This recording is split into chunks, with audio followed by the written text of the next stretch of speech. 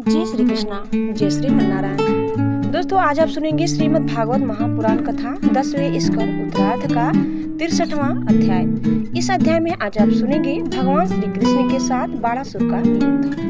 श्री सुखदेव जी कहते हैं, परीक्षित, बरसात के 4 महीने बीत गए परंतु अनिरुद्ध जी का कहीं पता न चला। उनके घर के लोग इस घटना से बहुत ही शोकाकुल हो रहे थे। एक दिन नारद जी ने आकर अनिरुद्ध का शोणितपुर जाना, वहाँ बाणासुर के सैनिकों को हराना और फिर नागपाश में बांधा जाना, यह सारा समाचार सुनाया। तब श्री कृष्ण को ही अपना आराध्य देव मानने वाले यदुवंशियों ने शोणितपुर पर चढ़ाई कर दी। अब श्री कृष्ण और बलराम जी के साथ उनके अनुयायी सभी यदुवंशी प्रद्युम्न, सात्यकी, गद, सांब, सारन, नंद, उपनंद और भद्र आदि ने 12 अक्षौहिणी सेना के साथ व्यूह बनाकर चारों ओर से बाणासुर की राजधानी को घेर लिया। जब बाणासुर ने देखा कि यदुवंशियों की सेना नगर के उद्यान, मरकोटों, बुर्जों और सिंह द्वारों को तोड़ फोड़ रही है, तब उसे बड़ा क्रोध आया और वह भी बाहर अक्षौहिणी सेना लेकर नगर से निकल पड़ा। बाणासुर की ओर से साक्षात भगवान शंकर वृषभराज नंदी पर सवार होकर अपने पुत्र कार्तिकेय और गणों के साथ रणभूमि में पधारे और उन्होंने भगवान श्री कृष्ण तथा बलराम जी से युद्ध किया। परीक्षित, वह युद्ध इतना अद्भुत और घमासान हुआ कि उसे देखकर रोंगटे खड़े हो जाते थे। भगवान श्री कृष्ण से शंकर जी का और प्रद्युम्न से स्वामी कार्तिकेय का युद्ध हुआ। बलराम जी से कुष्मांड और कुंभकर्ण का युद्ध हुआ। बाणासुर के पुत्र के साथ सांब और स्वयं बाणासुर के साथ सात्यकी भिड़ गए। ब्रह्मा आदि बड़े बड़े देवता, ऋषि मुनि, सिद्ध, चारण, गंधर्व, अप्सराएं और यक्ष विमानों पर चढ़ चढ़कर युद्ध देखने के लिए आ पहुंचे। अपने भगवान श्री कृष्ण अपने सारंग धनुष के तीखी नोक वाले बाणों से शंकर जी के अनुचरों भूत, प्रेत, प्रमथ, गुहा, डाकिनी, यादुधान, वेताल, विनायक, प्रेतगण, मातृगण, पिशाच, कुष्मांड और ब्रह्मा राक्षसों को मार मार कर खदेड़ दिया। पिनाक पाड़ी शंकर जी ने भगवान श्री कृष्ण पर भांति भांति के अगणित अस्त्र शस्त्रों का प्रयोग किया, किंतु भगवान श्री कृष्ण ने बिना किसी प्रकार के विस्मय के उन्हें विरोधी शस्त्रास्त्रों से शांत कर दिया। भगवान श्री कृष्ण ने ब्रह्मास्त्र की शांति के लिए ब्रह्मास्त्र का, वायव्यास्त्र के लिए पर्वतास्त्र का, आग्नेयास्त्र के लिए पर्यंच यंत्र का और पशुतास्त्र के लिए नारायण यंत्र का प्रयोग किया। इसके बाद भगवान श्री कृष्ण ने जीवरत्न से महादेव जी को मोहित कर दिया। वे युद्ध से विरत होकर जम्हाई लेने लगे। तब भगवान श्री कृष्ण शंकर जी से छुट्टी पाकर तलवार, गदा और बाणों से बाणासुर की सेना पर संहार करने लगे। इधर प्रद्युम्न ने बाणों को बौछार से स्वामी कार्तिकेय को घायल कर दिया। उनके अंग अंग से रक्त की धारा बह चली।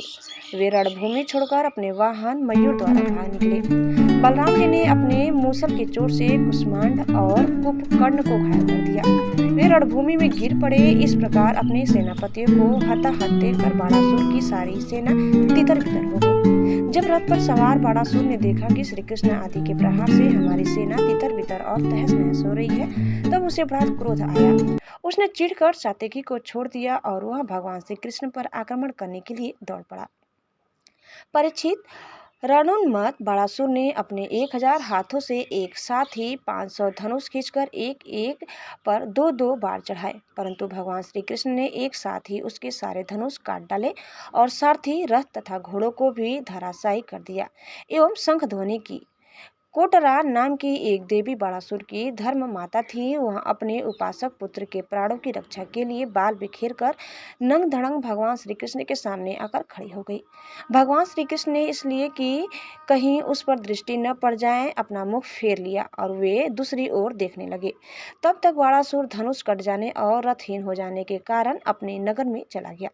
इधर जब भगवान शंकर के भूतगण इधर उधर भाग गए, तब उनका छोड़ा हुआ 3 सिर और 3 पैर वाला जोर 10 दिशाओं को जलाता हुआ सब भगवान श्री कृष्ण की ओर दौड़ा। भगवान श्री कृष्ण ने उसे अपनी ओर आते देखकर उसका मुकाबला करने के लिए अपना जोर छोड़ा। अब वैष्णव और महेश्वर दोनों जोर आपस में लड़ने लगे। अंत में वैष्णव जोर के तेज से महेश्वर जोर पीड़ित होकर चिल्लाने लगा और अत्यंत भयभीत हो गया।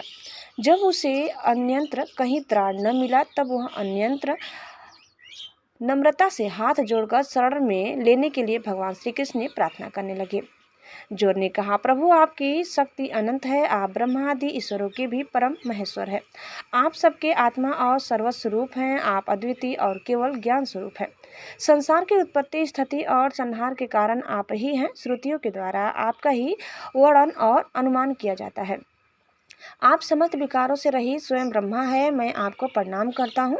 काल, दैव, कर्म, जीव, स्वभाव, सूक्ष्म भूत, शरीर, सूत्र, आत्मा, प्राण, अहंकार, एकादश इंद्रिया और पंचभूत, इन सब का संघात, लिंग, शरीर और बिंजक को न्याय के अनुसार उसे कर्म और कर्म से फिर लिंग, शरीर की उत्पत्ति, यह सब आपकी माया है।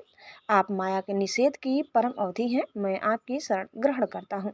प्रभु आप अपनी लीला से ही अनेकों रूप धारण कर लेते हैं और देवता, साधु तथा लोक मर्यादाओं का पालन पोषण करते हैं। साथ ही उन्मार्ग, गामी और हिंसक असुरों का भी संहार करते हैं। आपका यह अवतार पृथ्वी का भार उतारने के लिए ही हुआ है। प्रभु आपके शांत, उग्र और अत्यंत भयानक दुस्साहस तेज जोर से मैं अत्यंत संतप्त हो रहा हूँ। भगवान देहधारी जीवों को तभी तक ताप संताप रहता है जब तक वे आशा के फंदे में फंसे रहने के कारण आपके चरण कमलों की शरण नहीं ग्रहण करते। भगवान श्री कृष्ण ने कहा, त्रिशीर मैं तुम पर प्रसन्न हूँ, अब तुम मेरे जोर से निर्भय हो जाओ। संसार में जो कोई हम दोनों के संवाद का स्मरण करेगा उसे तुमसे कोई भय न रहेगा। भगवान श्री कृष्ण के इस प्रकार कहने पर महेश्वर जोर उन्हें प्रणाम करके चला गया। तब तक बाणासुर रथ पर सवार होकर भगवान श्री कृष्ण से युद्ध करने के लिए फिर आ पहुंचा। परीक्षित बाणासुर ने अपने 1000 हाथों में तरह तरह हथियार ले रखे थे। अब वह अत्यंत क्रोध में भरकर चक्रपाणी भगवान पर बाणों की वर्षा करने लगा। जब भगवान श्री कृष्ण ने देखा कि बाणासुर ने तो बाणों की झड़ी लगा दी है, तब वे छुरे के समान तीखी धार वाले चक्र से उसकी भुजाएं काटने लगे, मानो कोई किसी वृक्ष की छोटी छोटी डालियां काट रहा हो। जब भक्तवत्सल भगवान शंकर ने देखा कि बाणासुर की भुजाएं कट रही है, तब वे चक्रधारी भगवान श्री कृष्ण के पास आए और स्तुति करने लगे। भगवान शंकर ने कहा, प्रभु आप वेद मंत्रों में तात्पर्य रूप से छिपे हुए परम ज्योति स्वरूप परम ब्रह्मा है। शुद्ध हृदय महात्मा गण आपके आकाश के समान सर्वव्यापक हैं और निर्विकार स्वरूप का साक्षात्कार करते हैं। आकाश आपकी नाभि है, अग्निमुख है और जल वीर्य, स्वर्ग सिर, दिशाएं कान और पृथ्वी चरण है, चंद्रमा मन, सूर्य नेत्र और मैं शिव आपका अहंकार हूँ। समुद्र आपका पेट है और इंद्र भुजा, धान्य आदि औषधियाँ रोम है, मेघ केश हैं और ब्रह्मा बुद्धि, प्रजापति लिंग है और धर्म हृदय। इस प्रकार समस्त लोक और लोकांतरों के साथ जिसके शरीर की तुलना की जाती है वे परम पुरुष आप ही हैं। अखंड ज्योति स्वरूप परमात्मन आपका यह अवतार धर्म की रक्षा और संसार के अभ्युदय अभिवृद्धि के लिए हुआ है। हम सब भी आपके प्रभाव से ही प्रभान्वित होकर सातों भुवनों का पालन करते हैं। आप सजाति, विजाति और स्वगत भेद से रहित हैं। एक और अद्वितीय आदि पुरुष है, मायाकृत, जागृत, स्वप्न और सुषुप्ति। इन 3 अवस्थाओं में से अनुगत और उनसे अतीत तुरीय तत्व भी आप ही हैं। आप किसी दूसरी वस्तु के द्वारा प्रकाशित नहीं होते, स्वयं प्रकाश है। आप सबके कारण हैं, परंतु आपका न तो कोई कारण है और न तो आप में कारणापन ही है। भगवान ऐसा होने पर भी आप तीनों गुणों की विभिन्न विषमताओं को प्रकाशित करने के लिए अपनी माया से देवता, पशु, पक्षी, मनुष्य आदि शरीरों के अनुसार भिन्न भिन्न रूपों में प्रतीत होते हैं। प्रभु, जैसे सूर्य अपनी छाया बादलों से ही ढक जाता है और उन बादलों तथा विभिन्न रूपों को प्रकाशित करता है, उसी प्रकार आप तो स्वयं प्रकाश है, परंतु गुणों के द्वारा मानो ढक से जाते हैं और समस्त गुणों तथा गुणाभिमानी जीवों को प्रकाशित करते हैं। वास्तव में आप अनंत है। भगवान आपकी माया से मोहित होकर लोग स्त्री, पुत्र, देह, गेह आदि में आसक्त हो जाते हैं और फिर दुख के अपार सागर में डूबने उतरने लगते हैं। संसार के मानवों को यह मनुष्य शरीर आपने अत्यंत कृपा करके दिया है। जो पुरुष इसे पाकर भी अपनी इंद्रियों को वश में करता है और आपके चरण कमलों का आश्रय नहीं लेता, उनका सेवन नहीं करता, उसका जीवन अत्यंत शोचनीय है और वह स्वयं अपने आप को धोखा दे रहा है। प्रभु, आप समस्त प्राणियों के आत्मा प्रियतम और ईश्वर हैं। जो मृत्यु का ग्रास मनुष्य आपको छोड़ देता है और अनात्म दुख रूप एवं तुच्छ विषयों में सुख वृद्धि करके उनके पीछे भटकता है, वह इतना मूर्ख कि अमृत को छोड़कर विष पी रहा है। मैं ब्रह्मा, सारे देवता और विशुद्ध हृदय वाले ऋषि मुनि सब प्रकार से और सर्वात्म भाव से आपके शरणागत हैं, क्योंकि आप ही हम लोगों के आत्मा प्रियतम और ईश्वर है। आप जगत की उत्पत्ति, स्थिति और प्रलय के कारण हैं। आप सब में सम, परम, शांत, सबके सुरहित आत्मा और इष्टदेव हैं। आप एक अद्वितीय और जगत के आधार तथा अधिष्ठान हैं। हे प्रभु, हम सब संसार से मुक्त होने के लिए आपका भजन करते हैं। देव, यह बाणासुर मेरा परम प्रिय, कृपा पात्र और सेवक है। मैंने इसे अभयदान दिया है। प्रभु, जिस प्रकार इसके परदादा दैत्यराज प्रहलाद पर आपका कृपा प्रसाद है, वैसा ही कृपा प्रसाद आप इस पर भी करें। भगवान श्री कृष्ण ने कहा, भगवान, आपकी बात मानकर जैसा आप चाहते हैं मैं इसे निर्भय किए देता हूँ। आपने पहले इसके संबंध में जैसा निश्चय किया था, मैंने इसकी भुजाएं काटकर उसी का अनुमोदन किया है। मैं जानता हूँ कि बाणासुर दैत्यराज बलि का पुत्र है, इसलिए मैं भी इसका वध नहीं कर सकता, क्योंकि मैंने प्रहलाद को वर दे दिया कि मैं तुम्हारे वंश में पैदा होने वाले किसी भी दैत्य का वध नहीं करूँगा। इसका घमंड चूर करने के लिए ही मैंने इसकी भुजाएं काट दी है।